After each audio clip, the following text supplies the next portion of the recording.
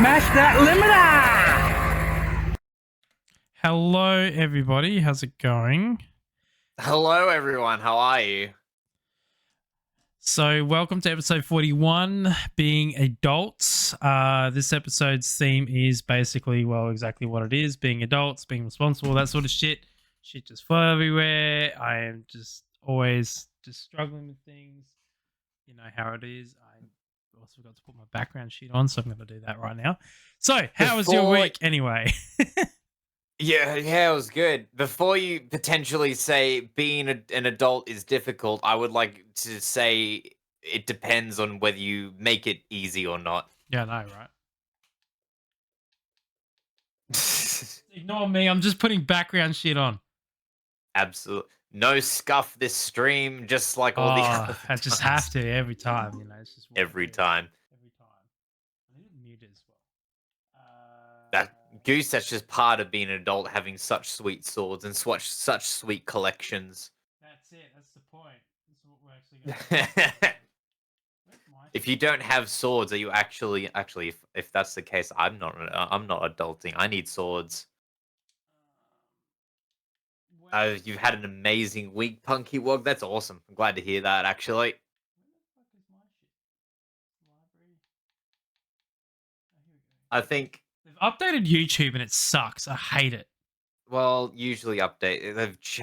There's another part of being adult. They changed the thing I was used to. Now I don't like it anymore. Oh, they just made it like harder and harder for me to just find shit. Right. And it's just weird. Well, I mean, I don't know. I guess you just got to relearn it again.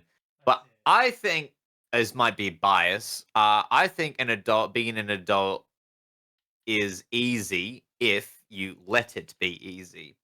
So similarly to how a car runs, it runs off of a self-sustaining system.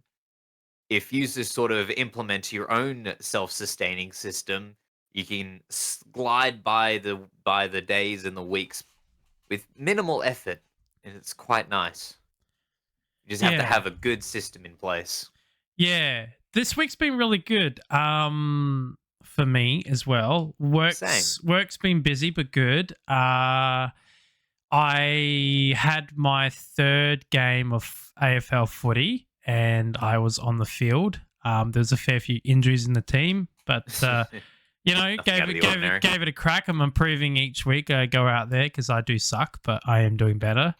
I did get the ball. I did manage to handball it onto a teammate.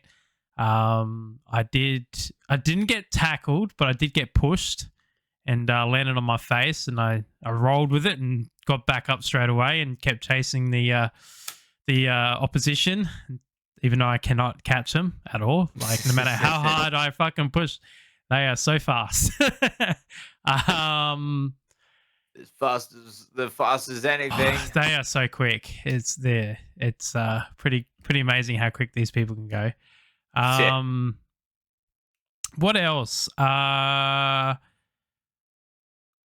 ordered my PC parts, so yeah, I'm really excited for that. So now yes. you can finally build your computer that you've been wanting for like over a year at this point. Oh, more than a year. Well, I'm saying like the time that you started, like, all right, I'm gonna start saving for this computer, and it's gonna be an official thing. From that point, it's been about a year. I've already got half of it. The reason why it took so long, Goose, is because I'm terrible at saving money. I don't earn that much. By the swords, perhaps? I don't earn much, and I struggle saving money. So yeah, it's the reason why it's taken so long. Plus, also other things go wrong, like something goes wrong with my car, then that savings is just gone out the window, which happens a lot. Yeah. I officially made Time Zone Bowling hate me as I won an Xbox and PS5 back to back. Yeah, how the fuck did you do that? So Punky Rog won an Xbox Series X and a PS5 at the arcade. This guy is just a main character at this point. Yeah, well, that's crazy. Also, what I was saying before to you, Punky Rog, because he approached me and asked me what my thoughts on a Navara they were looking at buying, but I had like over 200,000 kilometers and I said don't touch it with a 10-foot pole.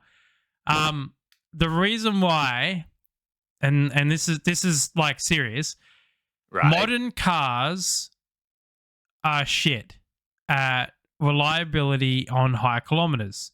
So I would not touch, particularly a Triton, a Navara. Don't even touch a Ford Ranger without a 10-foot pole. Just don't even bother. Even a Colorado. Don't touch any of those vehicles. If you want to go off-roading a lot, go out in the sticks and it's got high kilometers, and yeah, it might be cheap, don't touch it. Because the problem is when they go, their engines tend to blow up. And when their engines blow up, you can't go anywhere. Where if you buy like an old school 90s non-turboed Hilux or something like that, yeah, an SR5 is good as long as its injector's done at 150,000. If it's towed, if it's been towing it all its life, I would definitely make sure those injectors are done, because I've seen SR5 Hiluxes with holes in their pistons because they didn't replace the injectors at 150,000. Oh dear, Yeah. that is not Yeah. good. They are not good at towing, and they are not good when you have a whole heap of accessories on them as well. Because the Hilux, they're a good car, but they have very undersized alternators for a lot of things, so they struggle with power issues, like electrical issues. When people throw a hope of aftermarket stuff and you get some weird bugs, like you change a battery and suddenly engine lights on. Like they do weird shit like that. So you just got to be careful, that's all. But if the car's been looked after, it's been serviced regularly, and it hasn't been towing its whole life, get it, definitely, especially if it's a good price. But if it has been towing its whole life and it hasn't had the injectors done and stuff like that, I wouldn't touch it. Just because there's just all these added costs that will creep up on you without you being aware, or you would need a whole new motor, because the injectors have been running shitty for quite a while, and they end up blowing holes through your pistons. And a lot of the time you don't even know that it's happening until it's too late. If you're lucky, you will hear the injection rattle first. If you hear injection rattle, the injections need doing straight away. And they're what does the injection rattle sound like, other than just like, does it sound like a baby rattle? Does it sound like a low frequency baby rattle? No, what you pitch can hear of baby it. rattle are we talking? You can hear it pretty easily. Yeah. It basically sounds. It sounds each time you hear the car running. So like the injection of it. So like you hear it running, and you can hear the ignition. You hear like each time the injectors basically squirt fuel in, you will hear a rattle from it. And you can notably hear it. Like it's very noticeable. It sounds similar to a knock, but not quite. And yeah, it's usually the injectors are that worn that they come loose and they rattle. Because what you want with injections in diesels, now petrols, it's not so bad. Petrols, you don't give a shit about petrols, because petrol isn't as much as a high pressure system as diesel. Diesel's high pressure. Like if you were to shoot an injector at you with full load, it will blow holes through your arm, bone, everything. Oh, that's how much PSI is going through those. Okay, that is a lot. Because the injection, because diesels work off of compression rather than ignition, like a normal petroleum motor, like unleaded. They work off compression, so the way they ignite is through compression, and so you need more pressures, which means that your injectors have to atomize the fuel, which means like a very, very fine mist is injected into the cylinder. And if your injectors are old, worn, or even dirty, and that mist is you start to get squirting, and then you start getting diesel runoff and all sorts of stuff. Instead of combustion, you start getting explosions, and then you also can start getting the explosion going past the cylinder heads, and then fuel starting to mix with the oils and stuff. That causes other lubrication issues. So you'll have like explosions after the initial detonation. No, instead of instead of a standard detonation of the fine, well, it can happen two different ways. It can either do exactly that. So like you have your combustion, which will send the piston down, and then as the cylinder comes down, there's fuel that's gotten past the piston rings because it hasn't atomized. It's like actually just drenched. Oh, right. Then that ignites, and then that sets another combustion, like another explosion off, essentially. And then you can get knocks and stuff like that when that happens. And that obviously damages stuff. Or the other thing that can happen is, depending where it's shooting, it could be shooting like high PSI stream of fuel directly onto an aluminium piston head, which will eventually burn a hole through the piston head, which is what happens. So yeah, once that happens, good luck getting the car going and you don't know that it's happening either, because you won't hear it until the piston's already got a full hole, and then you lose compression, then you get a knock, and then other things start happening. Yeah. So you just got to be careful with modern diesels. They're not forgiving. Older diesels are a lot more forgiving, especially naturally aspirated ones. They can literally keep moving even with one piston. They're just, if I was going to go for an old school bush basher that I wanted to use and abuse and have lots of fun with, I would go for like an old school naturally aspirated diesel or a petrol, like a Suzuki Sierra or something like that, an old school Jimny. It probably wouldn't go Hilux or Navara like the old ones because they're just shit anyway. Yeah, something like that. I wouldn't probably, or a Daihatsu. I probably wouldn't go for a modern car. Now, if I was going to own like a daily and I wanted a really good car and I was to buy it secondhand for low kilometers, then yeah, I would buy one of those, but it would be expensive because I'd be paying for a low kilometer vehicle and be looking up like my own.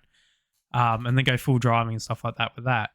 But if I was just going to buy something cheap under a certain budget, I would go older and more reliable, because you don't want to get stranded in the middle of nowhere. No, that makes sense. Yeah.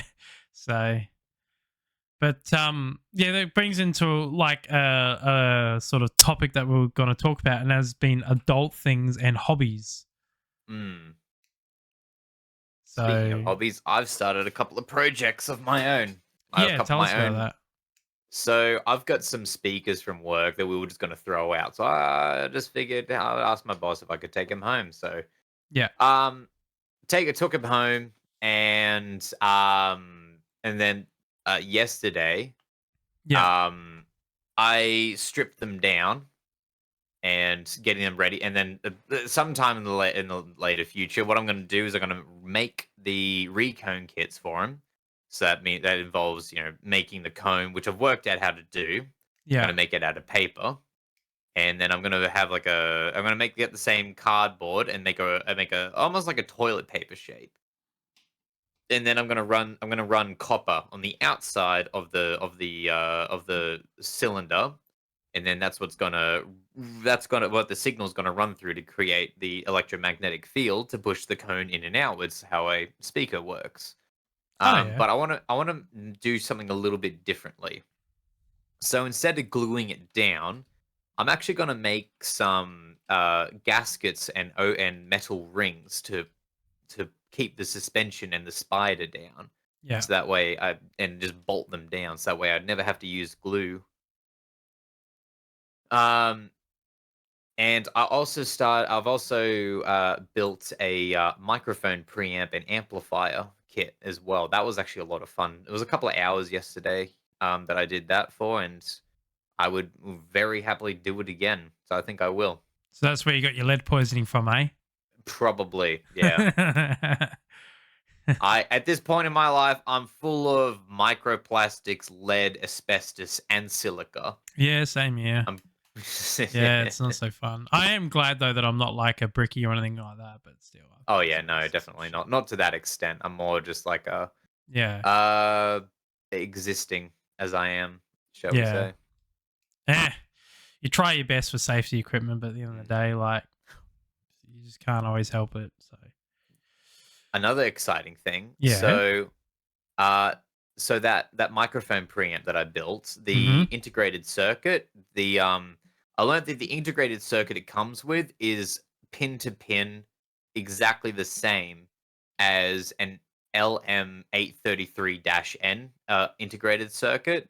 So I could literally just swap that out and then swap it out with that integrated. I can swap the integrated circuits and see what the results are going to be. I'm really excited to see what that's going to come of it. That sounds Um, pretty cool. Yeah. I'll have so much fun with. I'm gonna have so much fun with this. And then if I'm able to figure out how to build a console with it, I'm going to go and build a console with it because I think that would be a lot more fun. Oh, that's cool. Hey, have you seen I mean it's different to you, but not relevant to you, but like have you seen NZXT's new audio hubs type thing, like the new game DAC? NZXT audio.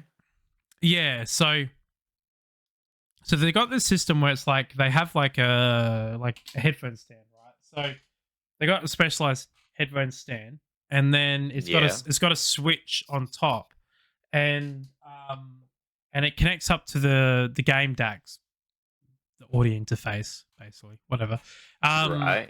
And then the audio interface has two inputs, one for the headphones, two outputs, one for the headphones and one for your speakers.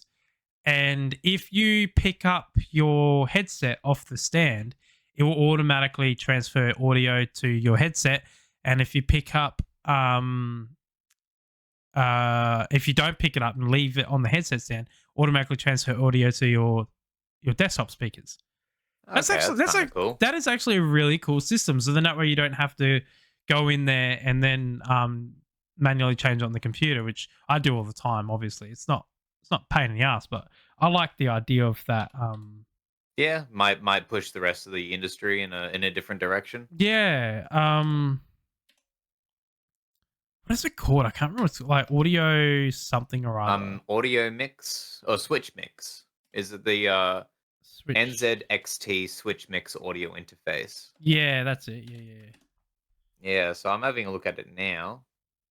I'm curious to see what it sounds to know what it sounds like. Yeah, well, I don't know what it sounds like either. I have no idea, but it's basically. I'll get this up. It's not working. It'll only take me a second. I still don't believe the whole concept of 7.1 surround sound for stereo headphones. Okay, so the way I look at it, it could be 7.1 for like desktop audio, maybe. I don't know. But yeah, you're right. Headsets, I don't know how they do it.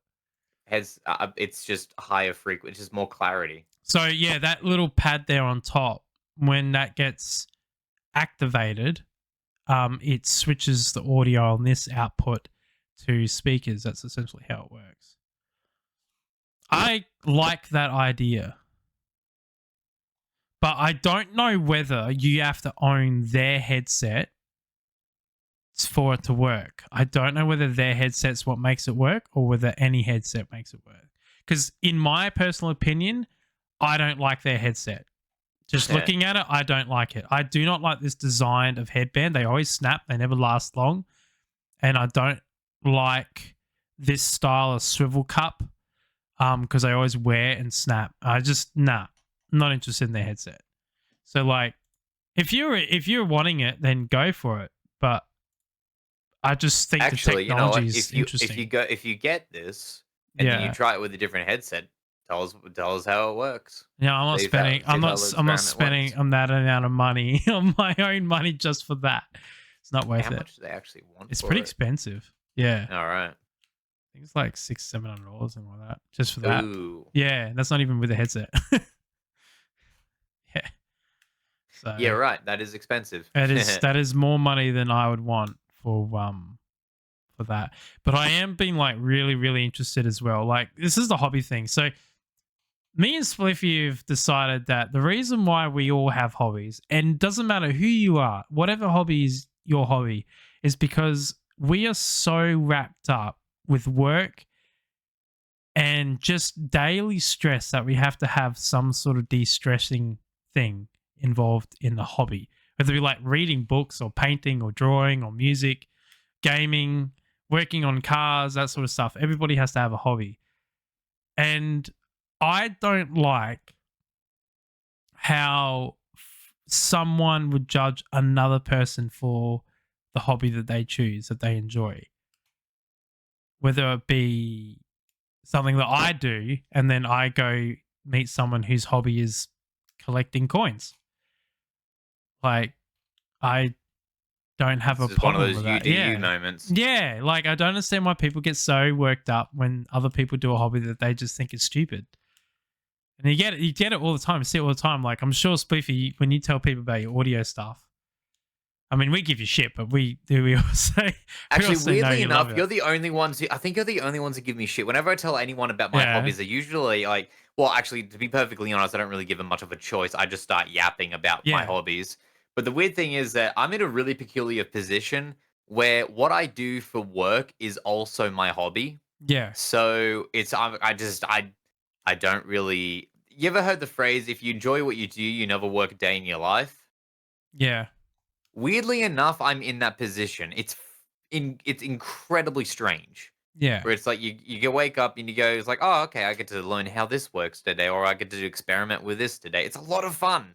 But I don't know, I guess I'm just a really stubborn person, perhaps. But no, I will admit I don't really get a lot of people saying like, "Oh, your hobby is weird." They're usually fascinated by what I explain to them what I do. Yeah. Well, at first, when we first met, I was like that. But as we've become very close friends, it's just love It's giving you probably shit. because I don't shut the fuck up about it. Yeah, exactly. Yeah.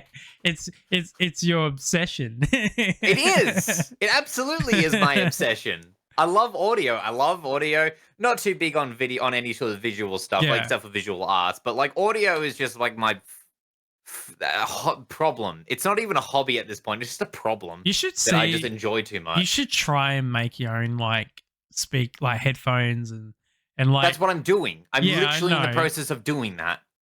What, making headphones? I thought you were Not making a headphones. speaker. Headphones are not that different from speakers. Yeah, They work off the exact same voice coil technology. There's nothing yeah. really that different about it. Unless you're I'm going just into like the Audi style.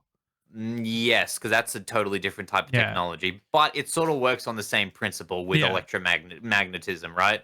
So yeah, the copper wires are literally just copper wires. You pump electricity through them. They create a magnetic field which interacts with a fixed magnet, which is usually made out of out of iron inside the headphones. Whenever you pump audio into your headphone into the the copper, which isn't on its own, when it doesn't have any current running through it, yeah, it's totally not magnetic. But as soon as you pump but as soon as you pump electricity, i.e., audio, through your headphones through the copper wires, generates a magnetic field, interacts with the static magnetic field, and pushes the driver in or out, depending on whether it's a positive or a negative signal.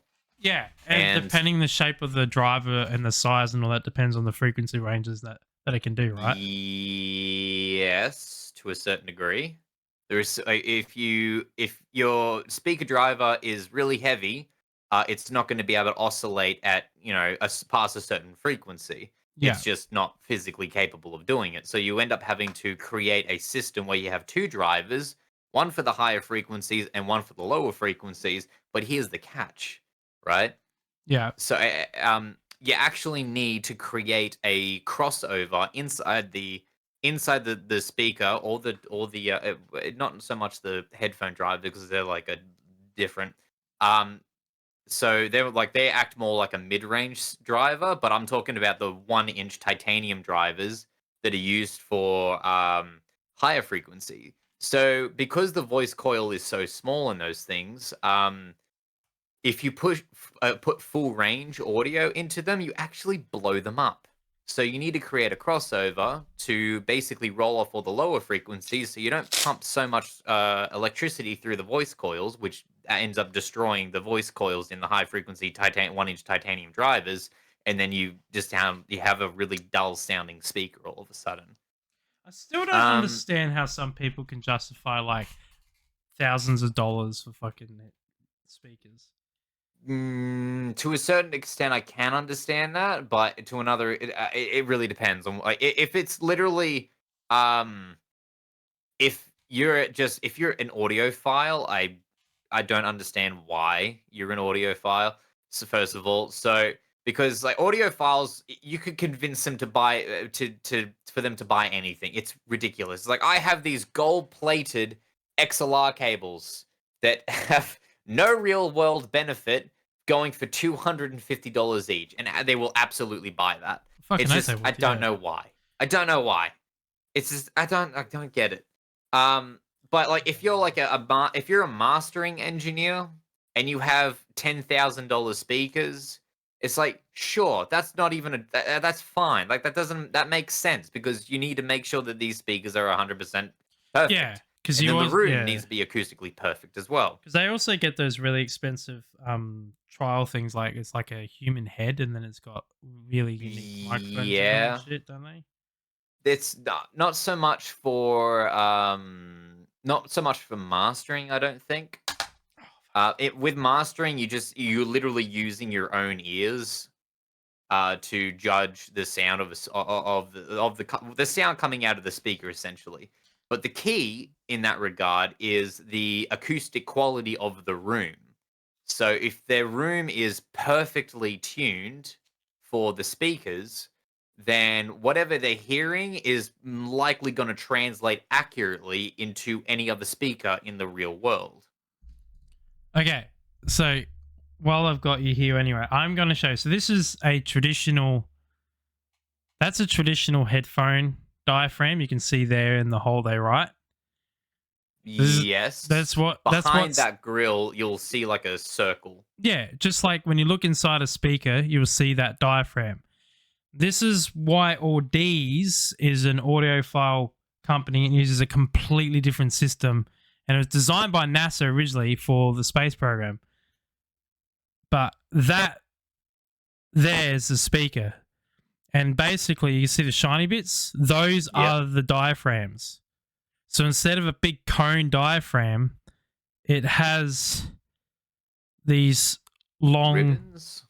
like So slits almost. I would say that's some sort of ribbon Yeah, technology. yeah. It's a ribbon. It's literally it designed with some of the oldest microphones known to anyone, because that's how the original microphones were developed Yeah. with like a horseshoe shaped magnet and a ribbon, a serrated magnet and a serrated diaphragm in the middle, and then what happens is that the diaphragm moves the which ends up producing eddy currents as a way to resist the changes in magnetic field, and those eddy currents come out of your microphone and produce a voltage. And that's basically what you see or what you hear coming out of a loudspeaker. Yeah. Now I've got to put the foam pad on the Steel Series. Oh dear. It's not hard. You just got to Yeah, so slide it on and then just sort of spin most around. speakers are round. They're really circular. Most speakers. They're called point source. Um, and essentially it's the oldest kind of speaker that you can get, but it's really really interesting because it's clever, but also really their technology is clever, but also really primitive at the same time because it relies on hardcore raw science to work. So copper is not magnetic until you push current through it, Yeah. and then you push current through it, and it generates a magnetic field. It's really cool, I think. Pain in the ass to get back on. And then Don't in mind me. terms of amplification, so also all passive speakers, or at least most passive speakers, are 8 ohm nominal impedance. So basically, what nominal impedance means is that when the speaker is at rest, it is producing 8 ohms of resistance. If you ever have an opportunity, do this experiment where you have a multimeter, set it to impedance or resistance, and then put each probe on the output wires, and then push the speaker cone in, and you'll see the resistance go from 8 ohms to somewhere along the lines of about 340 ohms. Yeah. And It's really cool. I highly recommend that you try it out. What's what's something that like okay, so if you had the chance to had the money wasn't an option, time wasn't an option, right? Right. What is something that you would love to learn to do?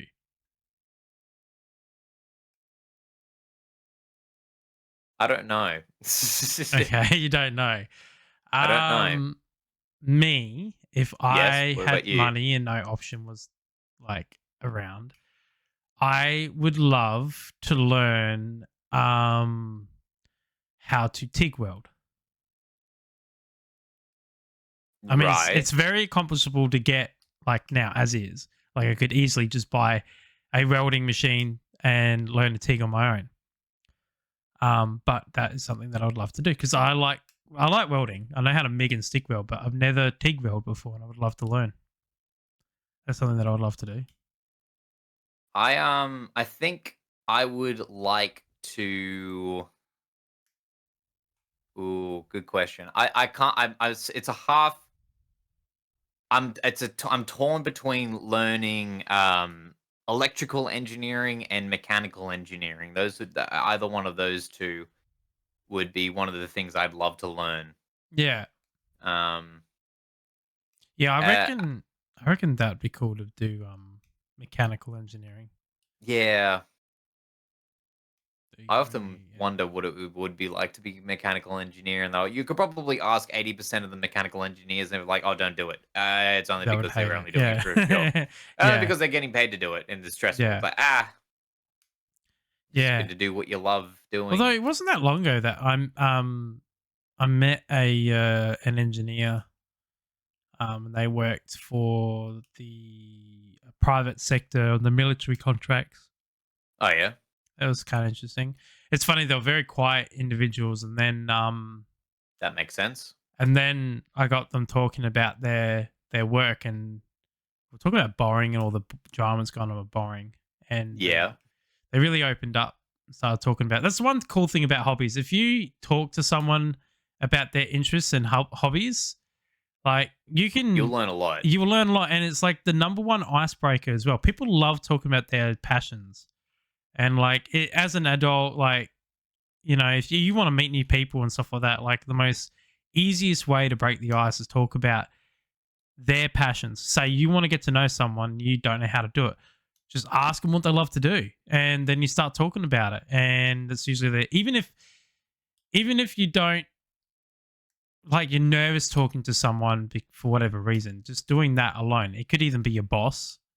Say you're like nervous because your boss is your boss, and like just talk about the things that they love, and they'll open right up. And it's a good way of sort of breaking the ice and being friendly with people, because people are people. It doesn't matter who they are, or where they are. But yeah, that's something I've done all through my life is like talk about their interests and stuff, and then obviously they will ask about your interests unless they're very self-centered. And then you can talk about your interests and hobbies and stuff. So yeah, I just think that hobbies are like the number one way to sort of make connections with people and interests and whatnot. Yeah, because Definitely. like making connections in that regard is really, really important because you may Yeah, have a problem that you don't know how to deal with, but the buddy you met, the guy the person you met, what like 3 months ago, told you, he basically taught you about how all of this stuff works. So yeah, you go to them and you say, "Hey, I have this problem. Can you help me out?" And their eyes will probably brighten up, and they'll be like, "Oh, yes, I can do that. yeah, Count yeah, me in." 100%, definitely. Um, yeah, because I've gotten like I'm not like comes to computer stuff. Um I'm not the most expertise. I haven't been building or built as many computers as others, and there's a few things that I've learnt on the way. Like when we were building Ray's new computer together, there was like a lot of things that I'd forgotten or I wasn't too sure on to do. Um, and Goose can ask this. Like I even reached out to Goose because Goose is obviously a lot. Like he knows his shit, and I always talk to him about it. Don't I, Goose? And I always ask you questions and stuff. See, I know the hardware and I know the baselines of each and every hardware. Like I'm obsessed in that world. Like I love learning about the new IT stuff that's coming out, what's new. Like, for example, there's a new fucking RAM design they're bringing out at the moment to For replace. AM for not AM. No, For it's for both. It's oh you know like the laptop RAM, how it's like yes. how flat it is. It's something like that, and it looks almost like an SSD slot. Right. And so you plug it into so it's in the same location your RAM is. Haven't you seen it, Goose?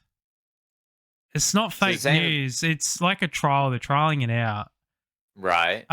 It's just it works the same way as normal RAM does, but it's just like a different design. So you just slot it in like you do like an SSD card, like an M.2 drive. I've forgotten what it's called. Okay, sorry. I don't think it's going to take off.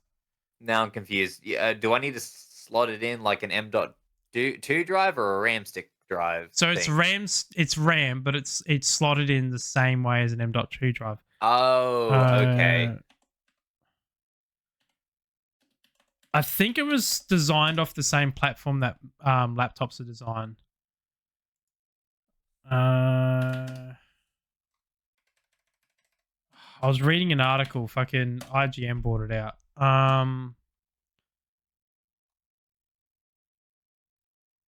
What did they fucking call it though? Now that I don't know what its name is, M.2 RAM stick.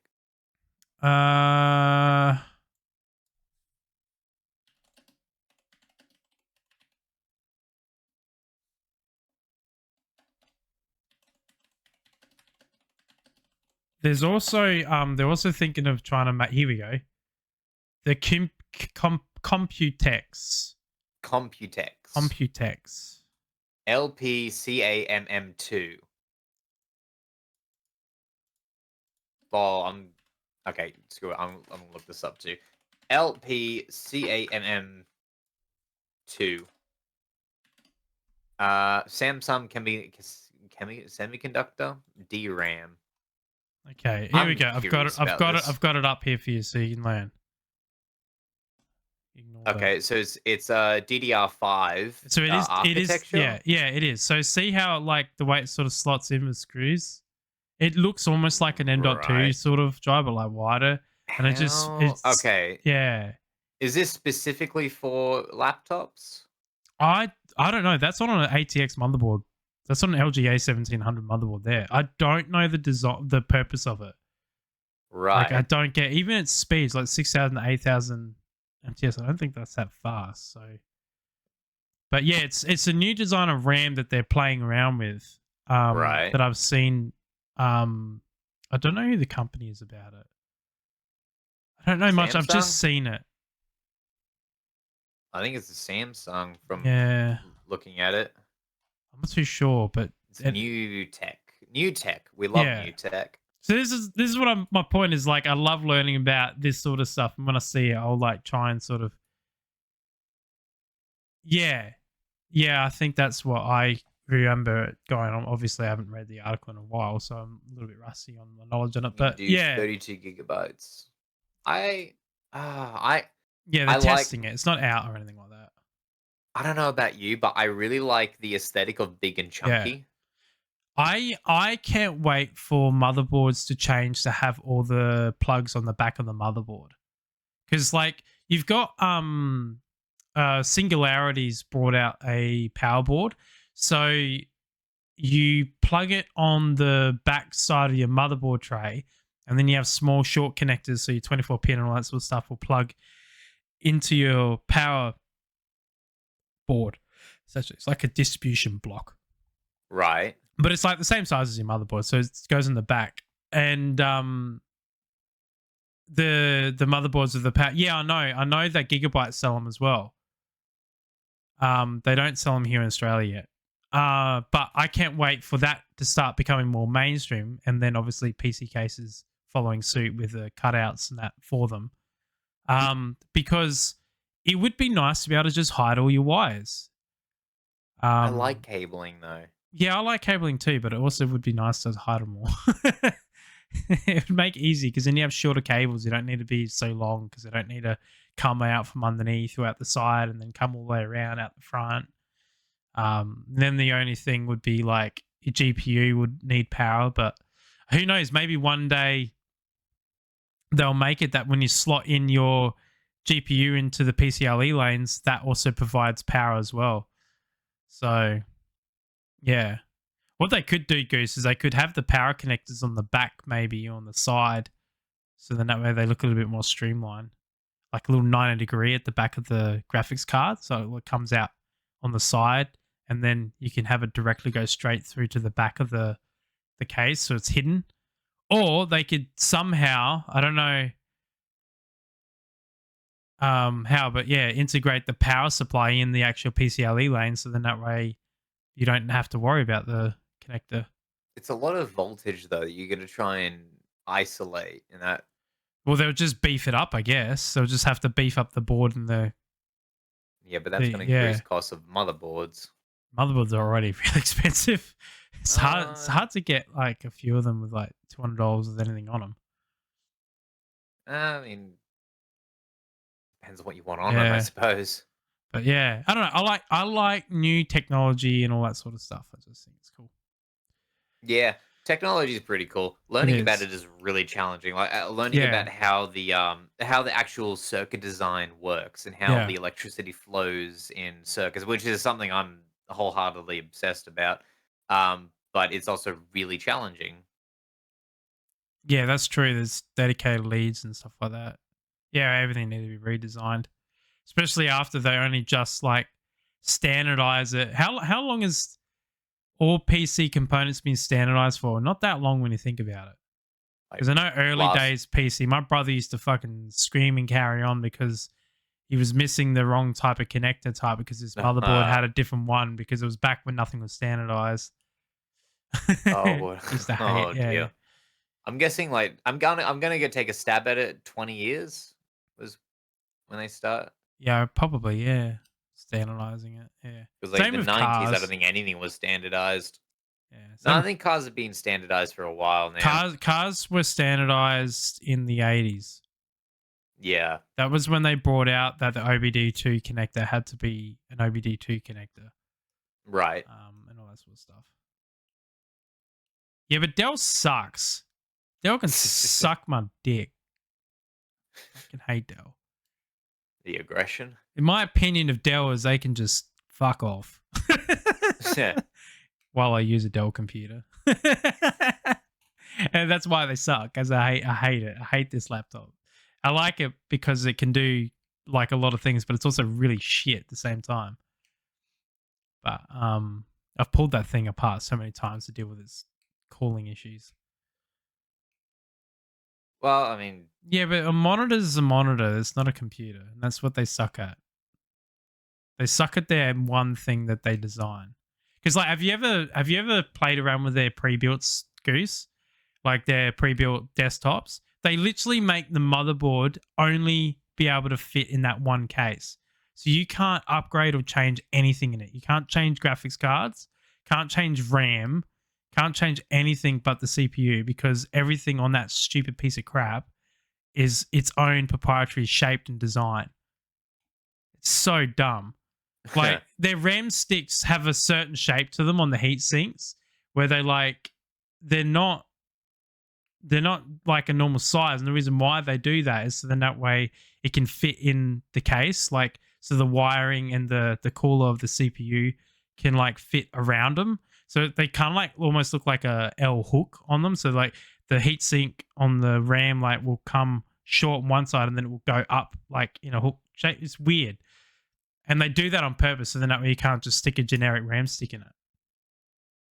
And then their graphics card shroud and everything, and the actual PCB board is cut to a certain length, so then that way it can fit in that case. So you can't just get like a 2060 and just shove it in there because it won't work. Like it's just horrible. Hate them.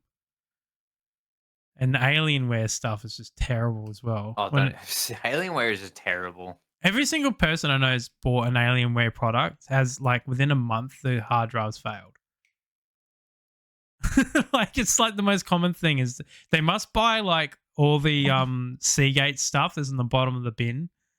But like, Seagate, can you please give us 1,000 1 terabyte 500 gigabyte SSDs? Okay, cool, no worries. What range would you like? I want your shit ones that you just throw away. Not even the ones you sell, just the ones you bin because just they the failed. ones you bin. Yeah, we just want cheap, and then we'll charge like $100 for them each.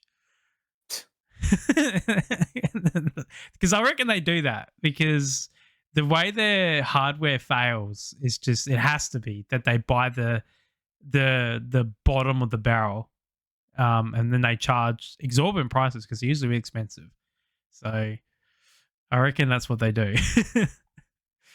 So, but you know, I don't like Dell. Dell's I like think we've established that. Dell is like my Jeep. Don't like Jeep. I don't think anyone likes Jeep. Everyone's Except like, for Jeep this lovers. Jeep looks so cool. Except Jeep lovers. Yeah, but they don't know anything about cars. If they knew anything about cars, they You wouldn't are buy a right. Jeep. Yeah, you're all right on that. A lot of Jeep owners that love Jeeps and think they're reliable, usually people that don't work on them themselves. Yeah. Yeah. Because I know Jeep lovers, right? But they work on them themselves and they will go, oh yeah, my Jeep's a piece of shit, but I love it. Like, okay, fair enough. You know, you know what you're in for. You're happy to fix it. Same with Subarus as well. Actually, there was a. Did you see that video? Did you see that video I showed you? Which one? The one with the mechanic and he's inside a WRX. I can't remember. It's like, oh, get a Jeep, they said. You'll love it, they said. They're reliable, they said. Well, fuck you! as he's like working on it and like trying to like get the shit done on it. There was a short. There was a short video I found. It was a short video of this guy working on the Jeep. He had a 1/4-inch extension bit in his drill. Yeah. And it fell out and went into the oil. It went into the into where you pour the oil. And so he had to pull the engine apart to get it. Yeah. Oh, it was painful to watch. Yeah. Oh, I felt so Yeah. bad for them. Because I bet you that was like one of the easiest, simplest jobs. It was just whatever kind of job, and then it was just made so challenging by that. Yeah. Yeah, that would suck. Because on Navara's, they have a guide dowel. So the dowel is on one of the, I think it's on the crank. So it's on like the main the crank pulley. It's on the shaft. Yeah. It's called a guide down. It's like a little key shape half over on the YD25s. And it's quite common that when you take off the timing cover that they'll fall in the sump. Oh, what? And if that falls in the sump, you have to take the whole motor out to get it out. But what most mechanics do, and it's perfectly fine because it won't damage any components, is that when that happens, they just put another one in there and just let it stay in the sump forever. Oh. Because it won't damage anything because it's not going to get sucked up through the oil train or anything like that. But it is quite common that if you pull apart a secondhand YD25 and someone's done the timing cover on it, and you'll find like a fucking that guide pin dowel just chilling in the oil sump. But it doesn't fit, like it doesn't fall down into the bottom of the sump like what the sump pan is. Yeah. It will. So in your oil sump, you've got the sump pan, and then you've got like a divider. It's like a metal grate type looking thing. Right. And then your pickup goes through a hole down into your pan. And usually what happens when it falls into the motor, it will fall on top of that grate thing. Oh, okay. So it won't fall into the... So it won't fall actually into the sump. Yeah. So that's why you have to take the motor out to get to it, because you actually got to take the whole thing apart, essentially. And you can't do that from underneath the motor. Yeah, yeah. That's no good. So what's the point? Just fucking put another dowel in and just send it. Be fine. Won't damage anything. Do you think people have a collection of those of those in their engine and they just don't know it? They might have one or two, depending what they've had work done on it. Yeah, Yeah. wouldn't surprise me. But yeah, it won't cause any damage or anything like that. It's because it's so big, it won't get picked up by the pickup, and it won't. It's falling in an area where like it's not going to interfere with anything either. So Yeah. so it's not a problem. But yeah, I just find it funny. It's just one of those things. It's like Jeez. that. If it falls in, it's like, do I go through the effort of taking it apart, knowing it's not going to do anything? I think I'm just going to Probably leave it. not. Fucking leave it. Though Ferrari mechanics and Lamborghini mechanics are known to leave shit in the cylinders when they're assembling the motors. cylinders? Yeah.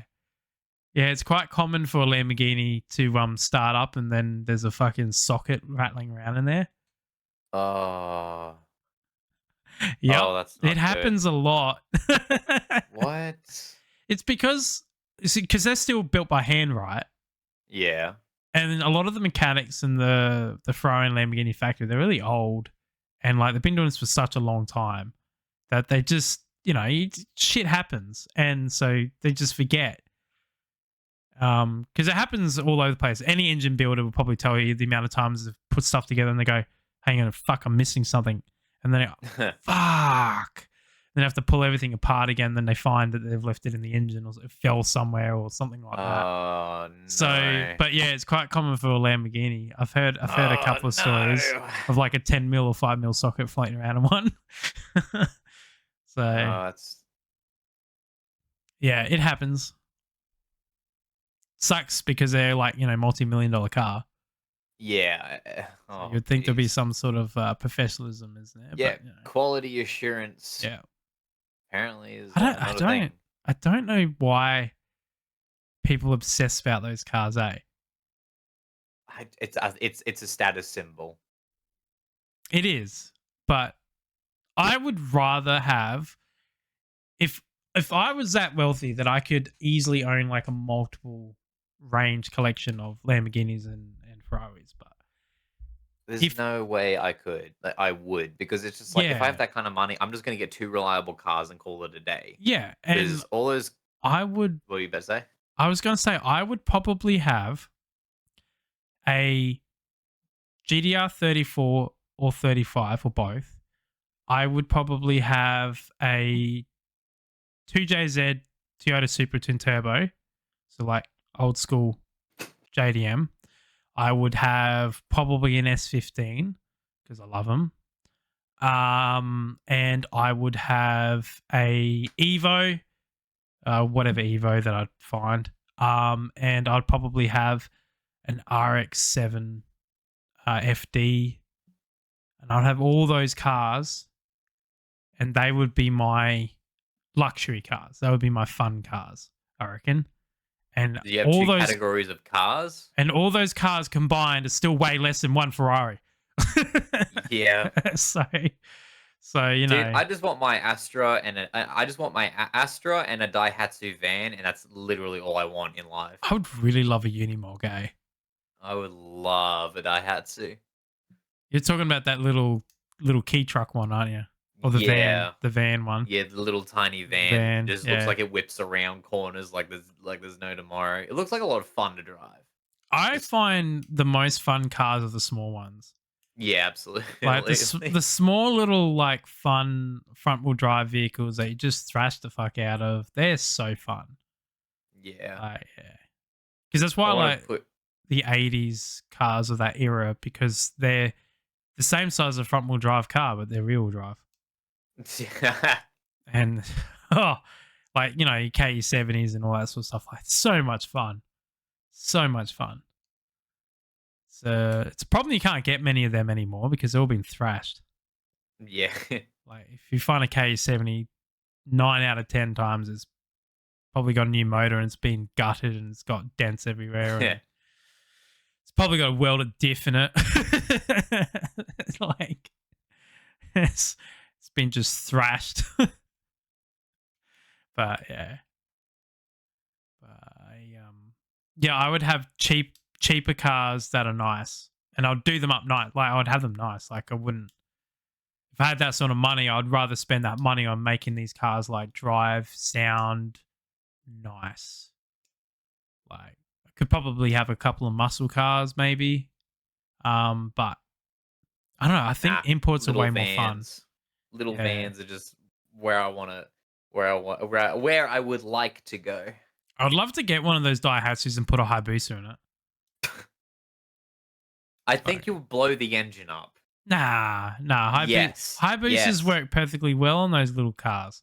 You need some an engine that withstands that kind of pressure and that kind of force.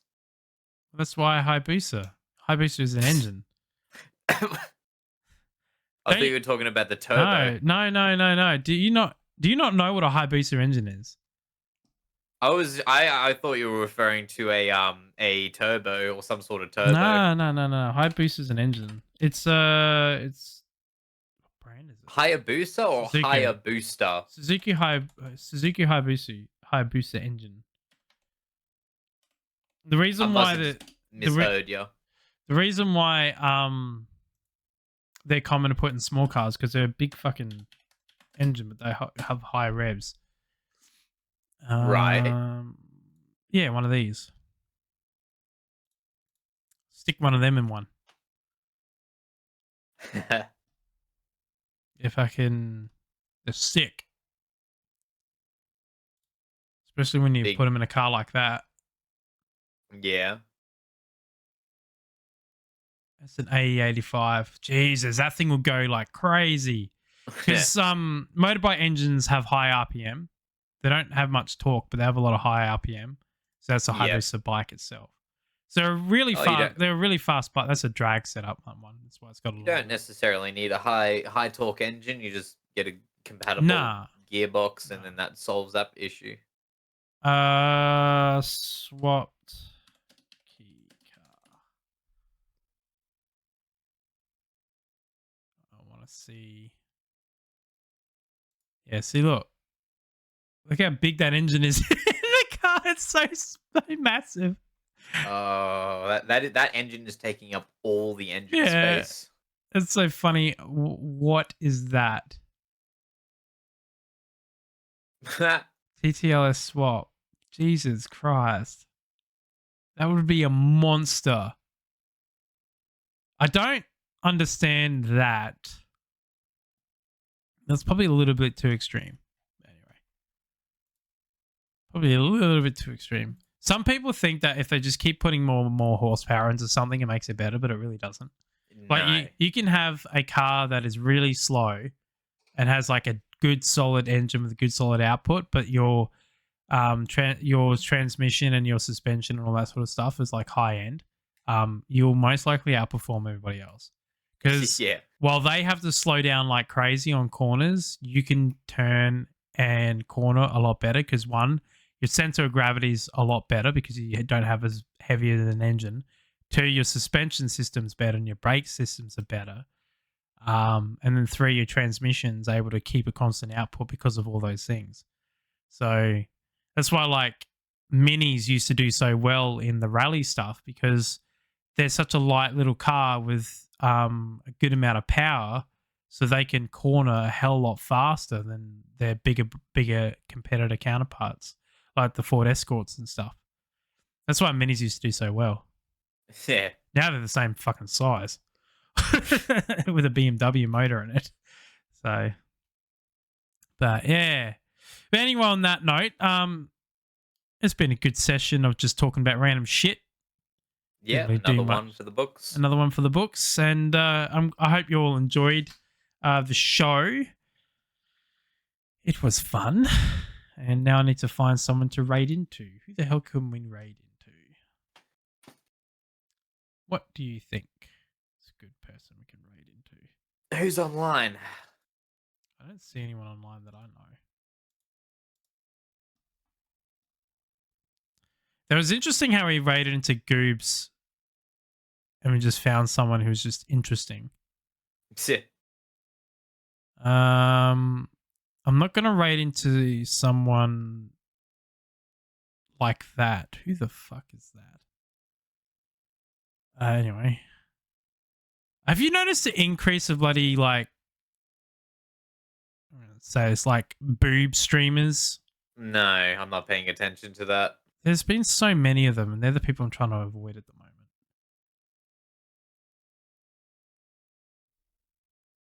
Someone's got a stream going. Red Bull. Try out the new Red Bull Winter Edition. They got 2 different streams going. One with 71 and one with 121. That looks like a bit of a scam.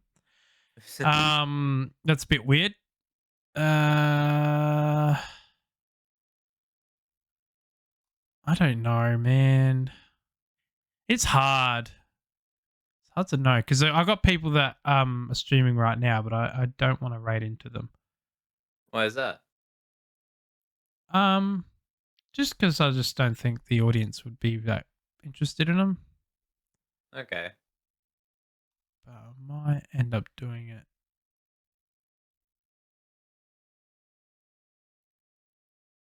This person seems interesting. Ooh. We could go into a singing chill stream. What do you think of that? Okay, absolutely. I love karaoke. All right. I love singing. All right. We're going to raid into some random person. I have no idea who they are. So let's go do this. Okay. Thank you, everybody. Hope you enjoyed the show. Hope you have a good night and day defending around the world. And we'll catch you next time. See you later. Talk to you next time. Bye.